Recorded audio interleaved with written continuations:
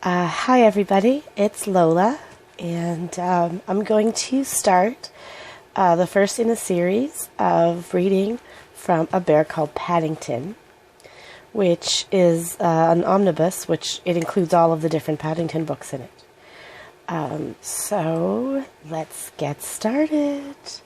As you can see, my copy is extremely worn. You know it's a loved book if it's like this, but it's still readable. I had some money as a placeholder. Chapter 1. Please look after this bear. Mr. and Mrs. Brown first met Paddington on a railway platform. In fact, that was how he came to have such an unusual name for a bear, for Paddington was the name of the station. The Browns were there to meet their daughter Judy, who was coming home from school for the holidays. It was a warm summer day, and the station was crowded with people on their way to the seaside. Trains were whistling, taxis hooting, porters rushing about shouting at one another, and altogether there was so much noise that Mr. Brown, who saw him first, had to tell his wife several times before she understood. A bear? On Paddington Station? Mrs. Brown looked at her husband in amazement. Don't be silly, Henry, there can't be. Mr. Brown adjusted his glasses. But there is, he insisted. I distinctly saw it. Over there, behind those mailbags. It was wearing a funny kind of hat. Without waiting for a reply, he caught hold of his wife's arm and pushed her through the crowd, round a trolley laden with chocolate and cups of tea, past a bookstall, and through a gap in the pile of suitcases toward the Lost Property Office. There you are, he announced triumphantly, pointing towards a dark corner. I told you so.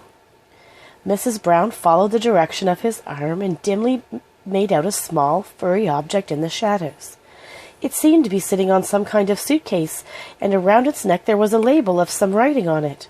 The suitcase was old and battered, and on the side, in large letters, were the words, Wanted on Voyage. Mrs. Brown clutched at her husband.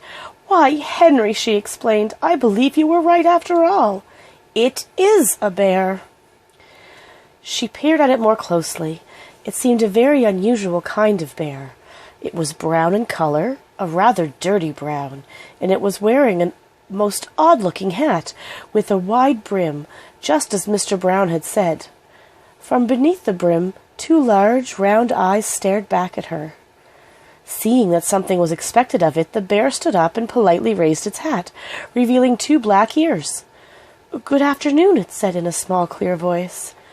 Good afternoon, replied Mr. Brown doubtfully. There was a moment of silence. The bear looked at them inquiringly. Can I help you? Mr. Brown looked rather embarrassed. Well, no. As a matter of fact, we were wondering if we could help you. Mrs. Brown bent down. You're a very small bear, she said. The bear puffed out its chest. I'm a very rare sort of bear, he replied importantly. There aren't many of us left where I come from. And where is that? Asked Mrs. Brown. The bear looked round carefully before replying. Darkest Peru. I'm not really supposed to be here at all. I'm a stowaway. A stowaway! Mr. Brown lowered his voice and looked anxiously over his shoulder.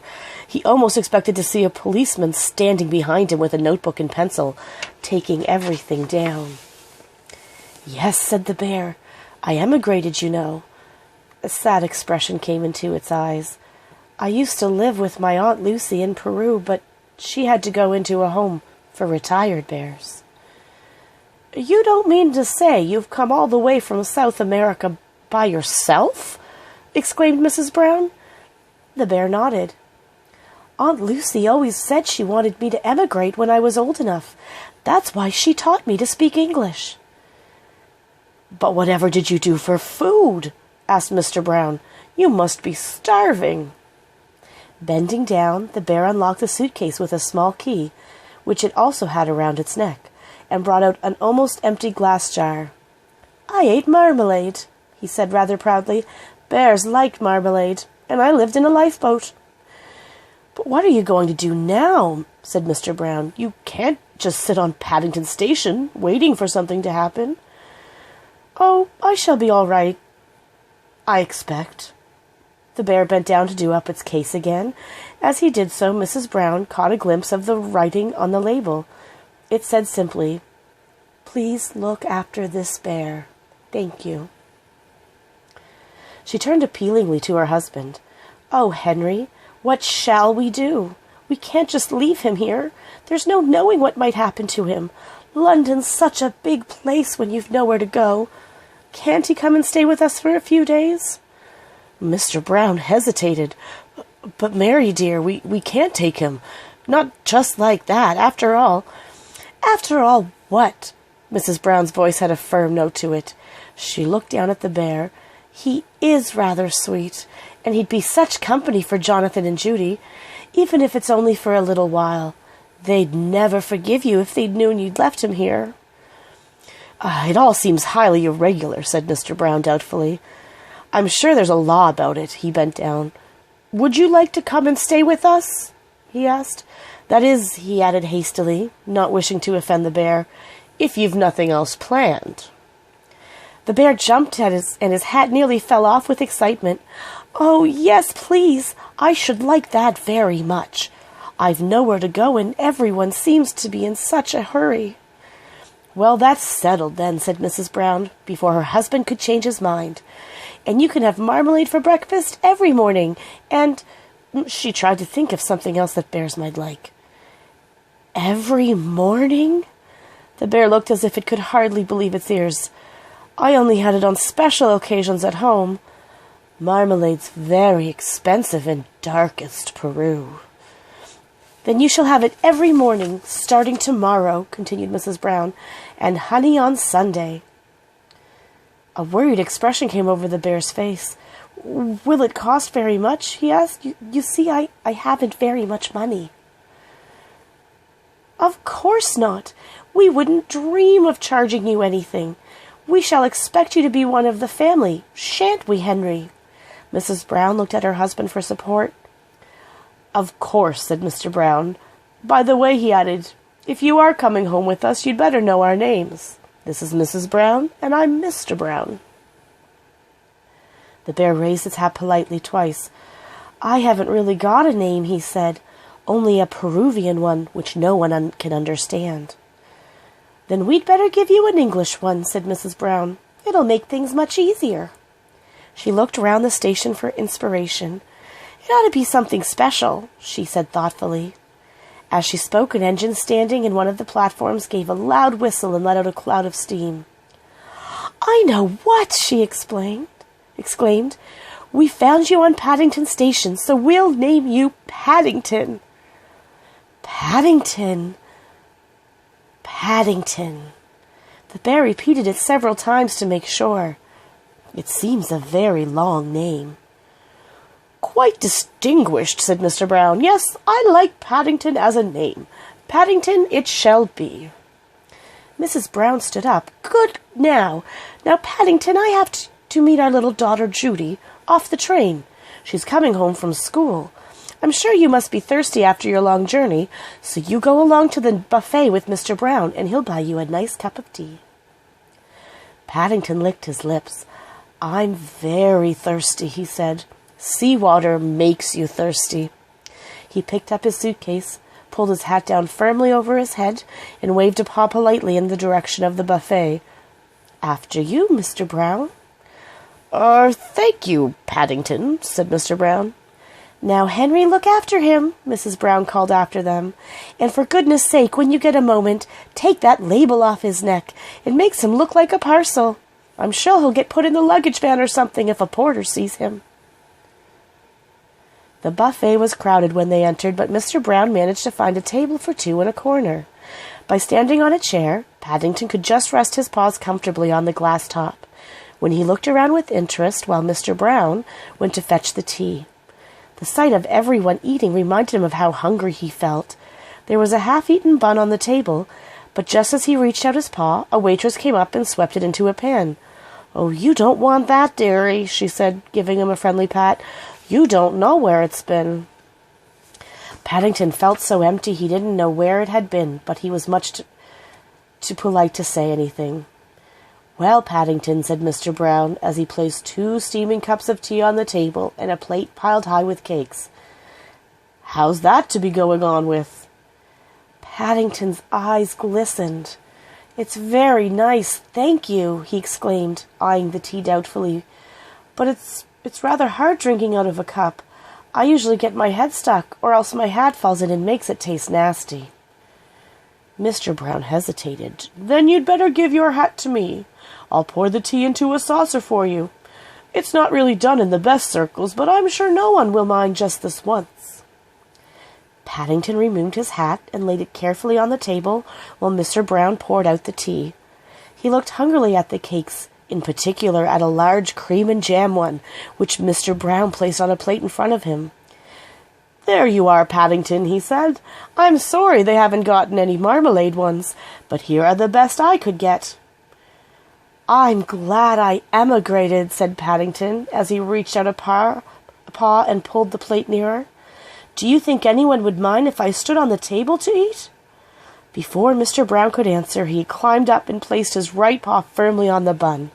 It was a very large bun, the biggest and stickiest Mr. Brown had been able to find, and in a matter of moments, most of the inside found its way onto Paddington's whiskers. People started to nudge each other and began staring in their direction. Mr. Brown wished he had chosen a plain, ordinary bun, but he wasn't very experienced in the ways of bears. He stirred his tea and looked out the window, pretending he had tea with a bear on Paddington Station every day of his life. "Henry!" The sound of his wife's voice brought him back to earth with a start. "Henry, whatever are you doing to that poor bear? Look at him! He's covered all over with cream and jam." Mr. Brown jumped up in confusion. "He seemed rather hungry," he answered lamely. Mrs. Brown turned to her daughter. "This is what happens when I leave your father alone for 5 minutes." Judy clapped her hands excitedly. "Oh, Daddy, is he really going to stay with us?" "If he does," said Mrs. Brown, "I can see someone other than your father will have to look after him. Just look at the mess he's in." Paddington, who all this time had been too interested in his bun to worry about what was going on, suddenly became aware that people were talking about him. He looked up to see that Mrs. Brown had been joined by a little girl with laughing blue eyes and long fair hair. He jumped up, meaning to raise his hat, and in his haste slipped on a patch of strawberry jam, which somehow or other had found its way onto the glass tabletop. For a brief moment he had a dizzy impression of everything and everyone being upside down. He waved his paws wildly in the air, and then, before anyone could catch him, he somersaulted backwards and landed with a splash in his saucer of tea. He jumped up even quicker than he had sat down, because the tea was still very hot, and promptly stepped into Mrs. Brown's cup. Judy threw her head back and laughed until tears rolled down her face. "Oh, Mommy, isn't he funny?" she cried. Paddington, who didn't think it at all funny, stood for a moment with one foot on the table and the other in Mrs. Brown's tea. There were large patches of white cream all over his face, and on his left ear there was a lump of strawberry jam. "You wouldn't think," said Mrs. Brown, "that anyone could get in such a state with just one bun." Mr. Brown coughed. He had just caught the stern eye of a waitress on the other side of the counter. Perhaps," he said, "we'd better go. I'll see if I can find a taxi." He picked up Judy's belongings and hurried outside. Paddington stepped gingerly off the table, and with a last look at the sticky remains of his bun, climbed down onto the floor. Judy took one of his paws. "Come along, Paddington. We'll take you home, and you can have a nice hot bath. Then you can tell me all about South America. I'm sure you must have had lots of wonderful adventures." "I have," said Paddington earnestly. "Lots. There are always things happening to me. I'm that sort of bear." When they came out of the buffet, Mr. Brown had already found a taxi, and he waved them across. The driver looked hard at Paddington, and then at the inside of his nice, clean taxi. "Bears is 6 pence extra," he said gruffly. "Sticky bears is 9 pence." "He can't help being sticky, driver," said Mr. Brown. "He's just had an accident." The driver hesitated. "All right, 'appen. But mind none of it comes off on me interior. I only cleaned it out this morning." The Browns trooped obediently into the back of the taxi. Mr. and Mrs. Brown and Judy sat in the back, while Paddington stood on the tip-up seat behind the driver so he could see out the window. The sun was shining as they drove out of the station, and after the gloom and the noise, everything seemed bright and cheerful. They swept past a group of people at a bus stop, and Paddington waved. Several people stared, and one man raised his hat in return. It was all very friendly. After weeks of sitting alone in a lifeboat, there was so much to see. There were people and cars and big red buses everywhere. It wasn't a bit like darkest Peru. Paddington kept one eye out of the window in case he missed anything. With his other eye, he carefully examined Mr. and Mrs. Brown and Judy. Mr. Brown was fat and jolly, with a big mustache and glasses, while Mrs. Brown, who was also rather plump, looked like a larger edition of Judy. Paddington had just decided he was going to like staying with the Browns when the glass window behind the driver shot back and a gruff voice said, "Where did you say you wanted to go?" Mr. Brown leaned forward. "Number 32, Windsor Gardens." The driver cupped his ear with one hand. "Can't hear ya," he shouted. Paddington tapped him on the shoulder. "Number 32, Windsor Gardens," he repeated. The taxi driver jumped at the sound of Paddington's voice and narrowly missed hitting a bus. He looked down at his shoulder and glared. "Cream," he said bitterly, "all over me new coat."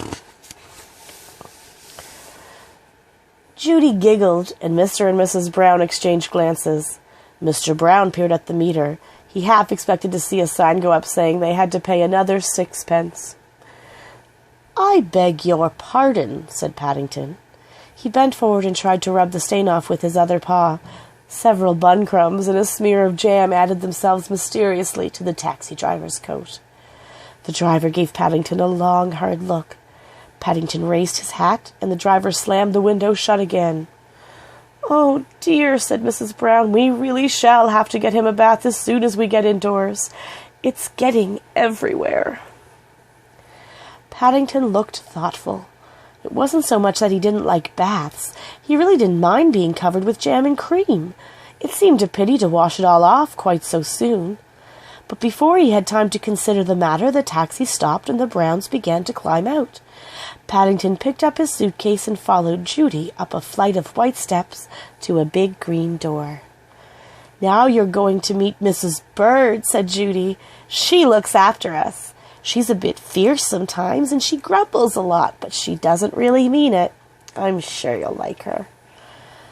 Paddington felt his knees begin to tremble. He looked round for Mr. and Mrs. Brown, but they appeared to be having some sort of argument with the taxi driver. Behind the door he could hear footsteps approaching. "I'm sure I shall like her, if you say so," he said, catching the sight of his reflection on the brightly polished letterbox. "But will she like me?" And there they are waiting. All right, so that's chapter 1. Chapter 2, A Bear in Hot Water. We'll have that next week as we continue through A Bear Called Paddington. So thank you for joining us. And Big Sis Lola says, take care.